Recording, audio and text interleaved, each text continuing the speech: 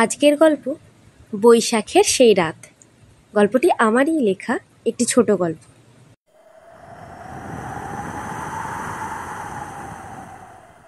আজ আমরা আমাদের খড়গপুরের বাড়িতে এলাম। বহু বছর পর আসা হলো, অন্তত 10 বছর তো হবেই। এখনও আসা হতো না, শুধু বাবার অসুস্থতার কারণে ডক্টর কাকু বলল হাওয়া বদল দরকার, তাই এখানে আসা। এখানের পরিবেশ একদম আলাদা কলকাতার থেকে। যাই হোক, 2.5 ঘন্টার পথ কাটিয়ে আসার পর খুব ক্লান্ত লাগছে। ওদিকে মা ঘর গোছাতে ব্যস্ত আর বাবা বিশ্রাম করছে। ওই মা ডাকলো, হ্যাঁ মা, আসছি।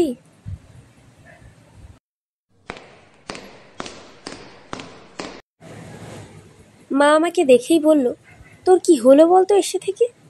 সেই যে ছাদের ঘরে গেলি, আর তো আসার নাম নেই। আমি একা হাতে কত করব। ওইদিকে কেয়ারটেকারটা, ওকে কে কেয়ারটেকার রেখেছিল? কেয়ারটেকারের মানে বোঝে? কেয়ার করতে হয়।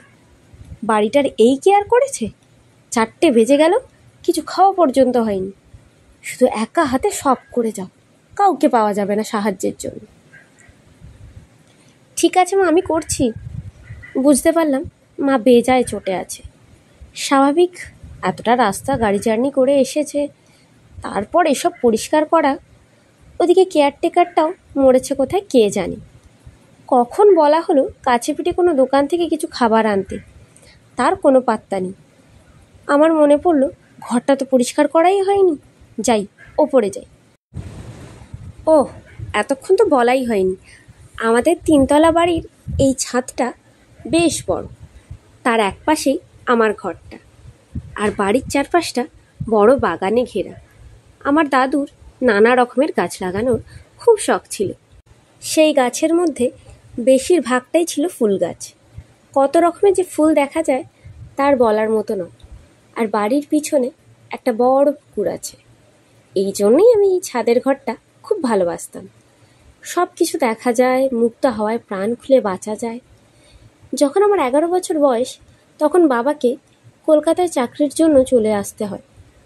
তখন কী না কেঁদেছিলাম, আর দাদুকে বলেছিলাম যেন এই ঘরটা কেউ না ব্যবহার করে। ভাবলেই এখন হাসি পায়। ওখানে যাওয়ার পর 4 বছর পর শুনলাম দাদু আর নেই। আমাকে কেউ এখানে আসতে দিল না, ভাবলো কষ্ট পাবো।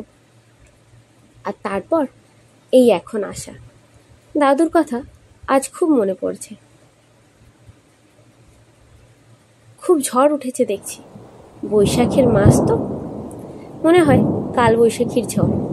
ঘড়ির দিকে তাকাতেই দেখি 6টা বাজছে। ছাদে বেরোতেই যাব, দেখি ওই যে কেয়ারটেকারটা আসছে। নিচে যেতে না যেতেই মায়ের চেঁচামেচির আওয়াজে ফাঁকা ঘরটা গম গম করছে। মা কেয়ারটেকার কাকুকে বলছে, এত তাড়াতাড়ি আসার সময় হলো? 2 ঘন্টা পার হয়ে গেল। উনি কি বলবেন তা ভেবে না পেয়ে আমতা আমতা করে বলল, এই কাল বৈশাখীর সময় তো, তাই দোকান টোকান মানে খোলা ছিল না, আর আমিও বাড়ি গিয়েছিলাম একটু। মা থাক থাক বলে থামিয়ে দিয়ে হাত থেকে জিনিসটা নিয়ে নিল। আমার এই কেয়ারটেকারটাকে বিন্দুমাত্র ভালো লাগতো না, কোনো কালেই নয়, এমনকি ওনার মেয়ে বউকেও নয়।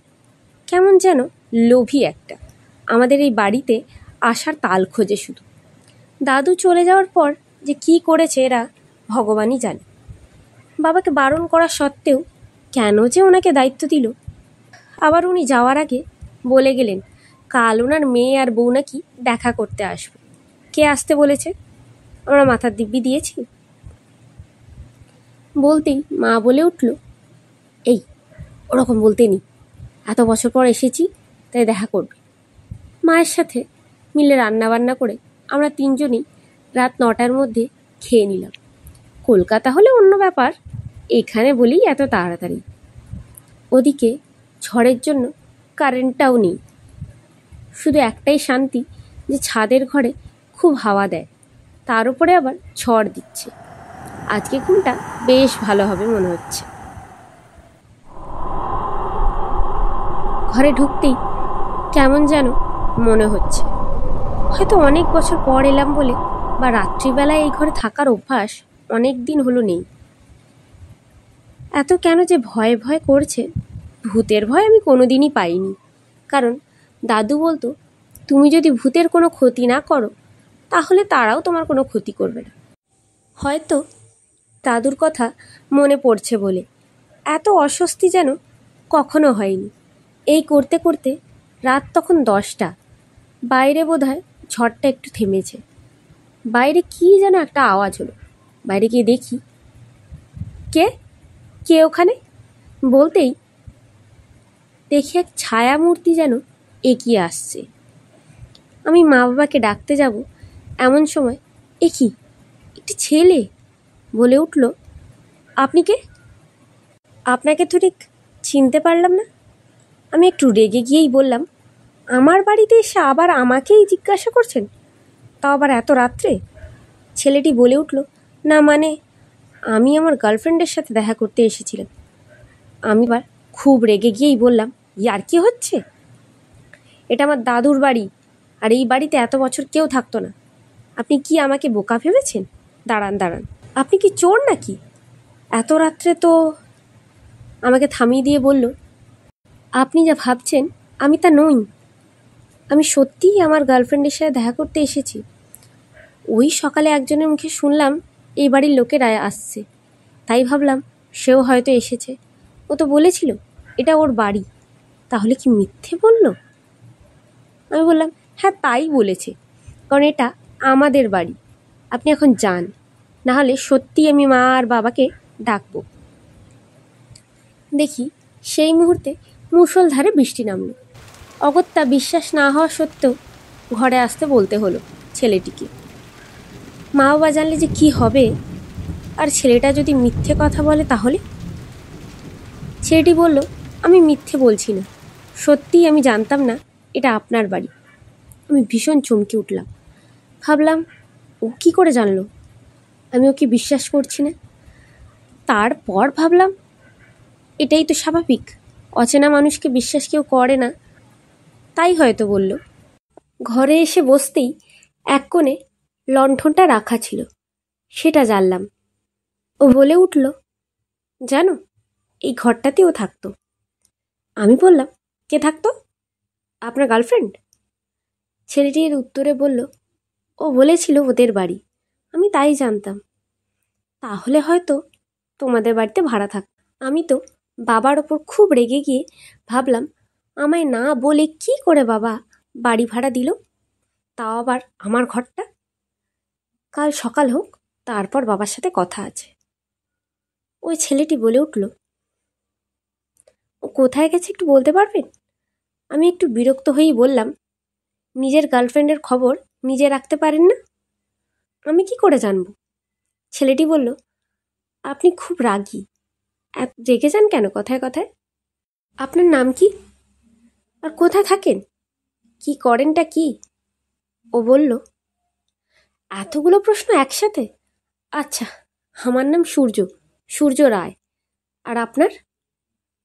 আমি বললাম, সন্ধ্যা সেন। একগাল হেসে উঠল ছেলেটি।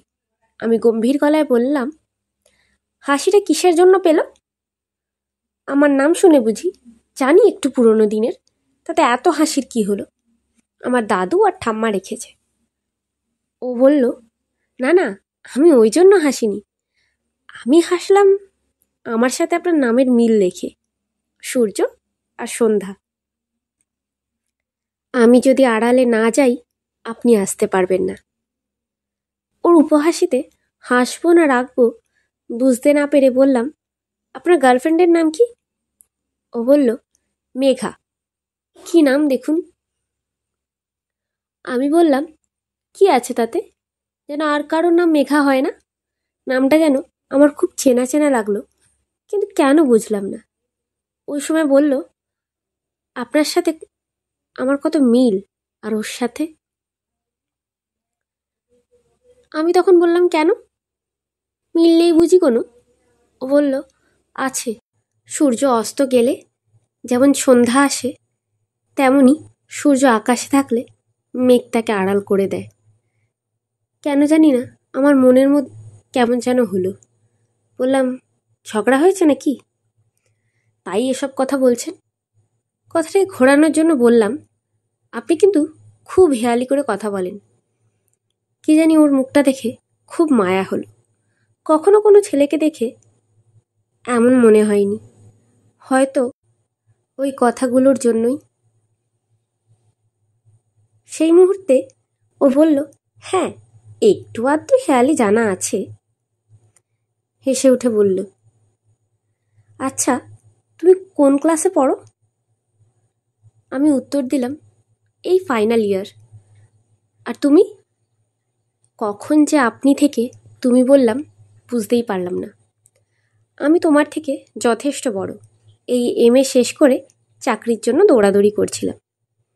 আমি বলে উঠলাম, কেন, এখন আর খোঁজ করো না? ও বলল, এখন কি আর চাকরি দেবে কেউ? আমি কিছু বলতে যাব এমন সময় ও বলল, তুমি তো আমার গার্লফ্রেন্ডের ব্যাপারে কিছু শুনলেই না, ও কেমন কি করে। আমি বেশ রেগে গিয়েই বললাম, জেনেই কি করব, তুমি তো জানো, ব্যাস তাহলেই হবে। আমার জেনে কাজ নেই কারোর প্রেমের কাহিনী। ও বলল, আগে শুনেই তো দেখো, তারপর নাই বিচার করো প্রেমের কাহিনী কিনা। আজ থেকে 2.5 বছর আগে পুজোর সময় এই পাড়ায় প্রথম দেখা হয়। আমরা এখানে সদ্যই এসেছিলাম, তাই সবাইকে চিনতামও না। পাড়ার কিছু ছেলেরা মিলে অষ্টমীর দিন বেরিয়েছিলাম, তখনই ওকে প্রথম দেখলাম।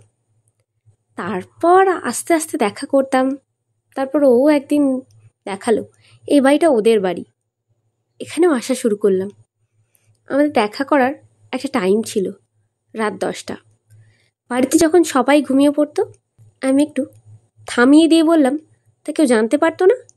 ও বলল, না না, তখন যেন একটা নেশা ছিল। তবে আমরা বাইরেও দেখা করতাম।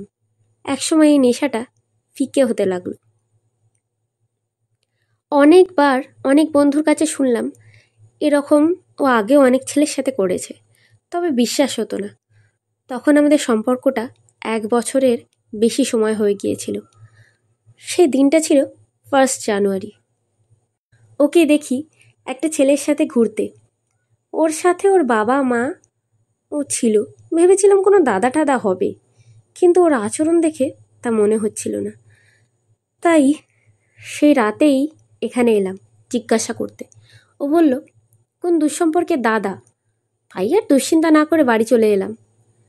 কিন্তু তারপর থেকেই দেখলাম ও আমায় পাত্তা দিত না, এড়িয়ে চলতো। কিছু বলতে গেলেই বলতো, বাড়িতে জানাজানি হয়ে গেছে, তাই এড়িয়ে চলছে। কিন্তু আমার মনে হতো ও মিথ্যে বলছে। এইভাবে কিছু মাস চলতে চলতে একদিন শুনলাম ওর নাকি বিয়ে ঠিক হয়ে গেছে। সে কি ঝড়! যেমন আজ হচ্ছিল, তখন সেই বৈশাখ মাস, 14ই বৈশাখ ছিল দিনটা। ছুটলাম ওর বাড়ি সেই 10টার সময়। ওর সাথে কথা বললাম, অনেক কথা কাটাকাটি হলো। ও বলল ও ছেলেটাকে বিয়ে করতে রাজি হয়ে গেছে। আরও বলল সেই দিন যাকে ও দাদা বলেছিল সেই ছেলেটাই নাকি। তখন আমার মাথায় আকাশ ভেঙে পড়ল। তাহলে ওরা যা বলল তাই ঠিক। তুমি আমায় ব্যবহার করেছিলে, শুধুমাত্র কটা টাকার জন্য পাল্টে গেলে। তখন আমি রেগে গিয়ে বললাম, আমি সবাইকে সব কথা বলে দেব, তোমার বিয়ে আমি কিছুতেই হতে দেব না। আমার প্রাণ থাকতে তো আমি এই বিয়ে হতে দেব না। ও তখন বলল, তাহলে তোমায় মেরে ফেলাটাই শ্রেয় আমার কাছে। আমার মা বাবাও সাথ দেবে বলেছে। আমি অবাক হয়ে গেলাম। বললাম, তুমি টাকার জন্য আমায় মারবে বলছো? ও বলল, হ্যাঁ, ইচ্ছে হচ্ছে এই ছাদ থেকে ফেলে দিই তোমায়। তখন রাত 3টে। আমি আর অপেক্ষা না করে বাড়ি যাওয়ার জন্য এই ছাদের পথটা ধরলাম। এতক্ষণ আমি চুপচাপ শুনছিলাম, কিন্তু আর সহ্য হলো না। বললাম, এমন একজনকে তুমি ভালোবাসো যে তোমার কদর পর্যন্ত করে না? আবার এর জন্য তুমি এত রাতে ছুটে এসেছো? তোমার ওই গার্লফ্রেন্ডকে সামনে পেলে না মেরে ফেলতে ইচ্ছা করে। আরও বললাম, ওকে তুমি ভুলে যাও। পৃথিবীতে কি মেয়ের অভাব আছে নাকি? তোমাকে কেউ না কেউ সত্যিই ভালোবাসবে বলে ওর হাতের ওপর হাতটা রাখতেই দেখি কেমন ভিজে ভিজে। ওকে জিজ্ঞাসা করতেই বলল, এত গরম তাই ঘামে হাত ভিজে গেছে। আমি দেখলাম হ্যাঁ, কারেন্টও নেই, তাই হয়তো। আমি আরও বললাম, এত দেরি হয়ে গেছে, বাড়ি যাবে কি করে? ও বলল, তোমাদের বাড়ির পিছনেই তো থাকি। আমি বললাম, তুমি তো অন্য পাড়াতে থাকতে, তাহলে? ও আবার বলল, না, এখন আর থাকি না, এখন এখানেই থাকি। যাই হোক, আমি আসি, অনেক রাত হয়ে গেল। আমি আবার ছাদ অবধি এগিয়ে গেলাম দেখতে কীভাবে ও নামে।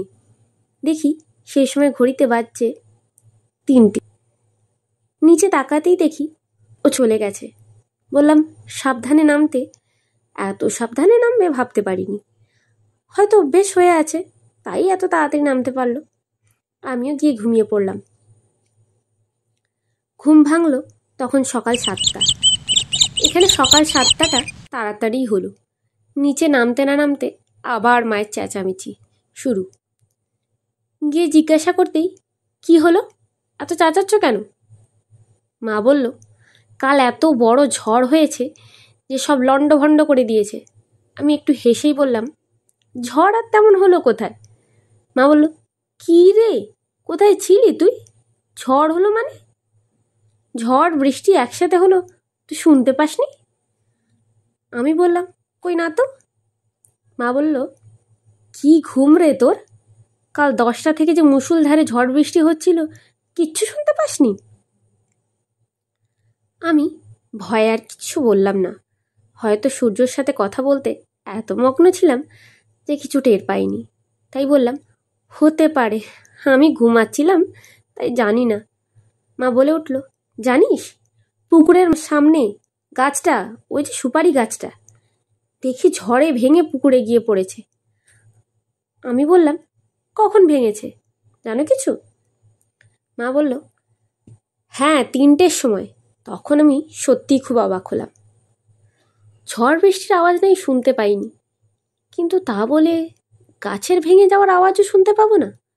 আর তখন তো আমি ছাদেই ছিলাম। সকালে খাবার টেবিলে বসে মনে পড়ল বাড়ি ভাড়ার কথাটা।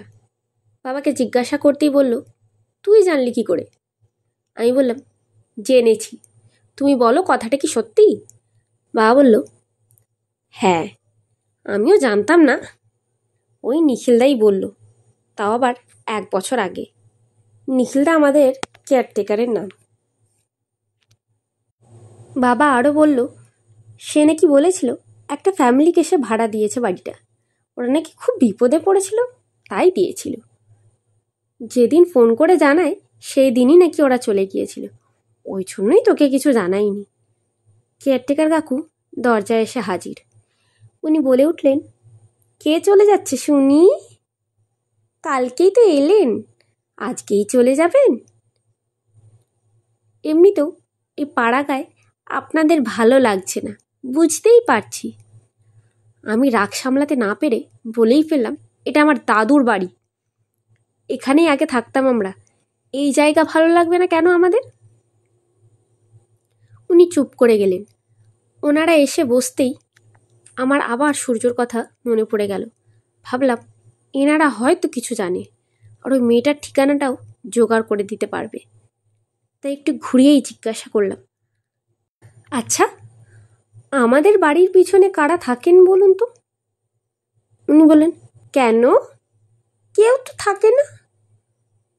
তোমার হয়তো মনে নেই, এই বাড়ির পিছনের দিকটা তো জঙ্গল, এখনো তাই আছে, কেউ থাকবে কি করে? আমার যেন কথাটা বিশ্বাস হলো না, কিন্তু ও তো বলল ও বাড়ির পিছনেই থাকে, তাহলে কি আমাকে মিথ্যে কথা বলল? মনে পড়ে গেল, সত্যি বাড়ির পিছনের দিকটা তো জঙ্গল ছাড়া আর কিচ্ছু নেই। তবু আবার জিজ্ঞাসা করলাম, এখানে কাকে ভাড়া দিয়েছিলেন? এটা বলতেই যেন ওনাদের মুখ কালো হয়ে গেল। বলল, ওই ফ্যামিলি বেশি দিন থাকেনি, ওরা চলে গেছে ওই 2-5 দিন। আমি যেন তখন আর কিছুই বুঝতে পারছি না কে মিথ্যে কথা বলছে। তাই ভাবলাম আর আড়াল না করে সব সত্যি কথা বলাই ভালো। এবার জিজ্ঞাসা করলাম, সূর্যকে চেনেন? ওরা যেন থ বেনে গেল। কারো মুখে কথা নেই, কেমন যেন সন্দেহ হলো। তাই বললাম, তাহলে মেঘাকে তো অবশ্যই চেনেন। ওদিকে তখন বাবা বলে উঠল, চিনবে না কেন, মেঘা তো ওনার মেয়ের নাম। শুনতেই আমার মাথায় আকাশ ভেঙে পড়ল। সত্যি তো, আমি তো ভুলে গেছিলাম, ওনার মেয়ের নামই তো মেঘা। তাই কাল রাতে নামটা শোনার পর এত চেনা চেনা লাগছিল। বুঝতে আর দেরি হলো না কারা এই বাড়িতে ভাড়া ছিল। মেঘাকে জিজ্ঞাসা করলাম, সূর্যর বাড়ি কোথায়? ও অবাক হলো, কিন্তু তখনও চুপচাপ দাঁড়িয়ে থাকলো। কিছু বলছে না দেখে আমি বললাম, যদি তুমি ওর ঠিকানা না দাও তাহলে আমি পুলিশে যাব এবং তাদের কাছে গিয়ে অভিযোগ করব তোমরাই এত বছর এই বাড়িতে ছিলে, কোনো ভাড়াটে ছিল না। পুলিশের ভয়ে বলেই ফেলল ওরা এখানে ছিল, কিন্তু সূর্যকে নাকি ও চেনে না। সূর্যর কথা অস্বীকার করায় বললাম, ওর ঠিকানা যদি না দাও তাহলে ওর সাথে প্রতারণা করার জন্য এবং প্রাণে মারার হুমকি দিয়েছ এই অভিযোগও দায়ের করব। ওরা যেন সবাই অবাক হয়ে আমার দিকেই তাকিয়েছিল। এতক্ষণে মা বাবাও খুব রেগে গেল ওদের ওপরে। এবার মেঘা বলল, ওর ঠিকানা নাকি জানে না, আর এসব ভুলভাল মিথ্যে কথা, এসব তোমাকে কে বলল? আমি বললাম, সূর্য স্বয়ং নিজে বলেছে তোমাদের দুজনের প্রেমের কথা। ওরা যেন চমকে উঠল, বলল, হতেই পারে না। আমি জিজ্ঞাসা করলাম, না হওয়ার কি আছে এতে? কাল রাতে এসে বলেছে আমাকে, নাহলে আমিই বা জানবো কি করে? তখনই ও পাগলের মতো বলে উঠল, কখনোই সম্ভব নয়, কারণ আমি নিজের হাতে ওকে মেরে ফেলেছি। ওই ছাদটা দিয়ে ওকে ধাক্কা মেরে ফেলে দিয়েছিলাম। এই কথাটা শুনে যেন মনে হলো আমার হৃৎপিণ্ডটা বন্ধ হয়ে গেল। চোখের সামনে সব কিছু অন্ধকার দেখছি। ও তখনও বলে যাচ্ছিল, সেই 14ই বৈশাখী আমাদের শেষ দেখা। আমায় বললো কিনা বিয়ে করতে দেবে না, সবাইকে বলে দেবে। তাই ওই দিনই ভেবে নিলাম এটাই ওর শেষ দিন। যখন ও ছাদ থেকে নামতে যাচ্ছে তখনই ওকে ধাক্কা দিলাম। তখন ঘড়িতে 3টে বাজছে। শুনেই বললাম, কি? ঠিক 3টের সময় ও গিয়েছিল? মা বাবা বলল, তুই জানলি কি করে এসব? আমি শুধু বললাম, ও প্রত্যেক দিনের মতো কালকেও রাত 10টার সময় এসেছিল। হয়তো জানাতে চেয়েছিল ওর সাথে হওয়া এই অন্যায়ের কথা। তখনই বাবা বলল, কালই তো ছিল 14ই বৈশাখ। বাবার দিকে শুধু তাকালাম। আজ 1 বছর হলো সূর্য নেই। আমার যেন আর কিচ্ছু বলার ক্ষমতা নেই। শুধু মনে হলো, কেন তুমি কালকে এলে? তাহলে তো এত কষ্ট হতো না আমার। বারবার ওর কথাগুলোই ভিড় করে আসছে মনের মধ্যে। শুধু মনে হলো, আমি ছাড়া কি কেউ নেই? কেন আমাকেই বলল? বাবা বলল, আচ্ছা, ওর বাড়ির লোকেরা কেউ খোঁজ করেনি কোনো দিন? মেঘা বলল, কেউ জানলে তো খোঁজ করবে। এবার আমি জিজ্ঞাসা করলাম, কোথায় রেখেছো ওকে? বলল, খুঁজে নাও। এত কিছু বলেছে তোমায়, আর ওকে মেরে রেখেছি কোথায় এটা বলেনি? খুঁজে যাও, আর যেদিন পাবে সেদিন পুলিশে দিও আমায়, কারণ প্রমাণ ছাড়া কেউ আমার কিচ্ছু করতে পারবে না। আর তাছাড়া তোমার এই ভূতের গল্প কেউ বিশ্বাস করবে না। সেই মুহূর্তেই আমি মনে মনে স্থির করে নিয়েছি, ওকে আমি ন্যায় দেবই, যাই হোক না কেন। বাবা আগেই এক ফাঁকে পুলিশকে খবর দিয়ে দিয়েছিল। বেলা 11টায় পুলিশ এলো। তল্লাশিও শুরু হলো বাগানের দিক থেকে। হঠাৎ এমন সময় মনে পড়ল, ও বলেছিল ও বাড়ির পিছনে থাকে। এবার আমাদের বাড়ির পিছনের দিকে পুকুরটাতে খুঁজতে বললাম, ঠিক যেখানে সুপারি গাছটা ভেঙে পড়েছে। তল্লাশি করে ঠিক ওই জায়গা থেকেই একটি কঙ্কাল উদ্ধার হলো। যে জামাটা পরে আছে সেটাতে কালকে ওকে দেখেছিলাম। এবার বুঝতে পারছি ওর হাতটা ধরতে ভিজে লেগেছিল কেন। সেটা গরমের জন্য নয়, পুলিশের ভিত্তিতে ওদের ধরে নিয়ে গেল। শুধু যাওয়ার সময় মেঘা প্রশ্ন করলো, তুমি এসব জানলে কি করে? আমরাকে কোথায় রেখেছি? আমি শুধু উত্তরে বললাম, প্রকৃত যদি তুমি সূর্যকে ভালোবাসতে তাহলে জানতে। আর জেনে রাখ, মেঘ সূর্যকে আড়াল করে দেয় ঠিকই, কিন্তু সূর্য আড়ালে গেলে তখনই সন্ধ্যা আসে।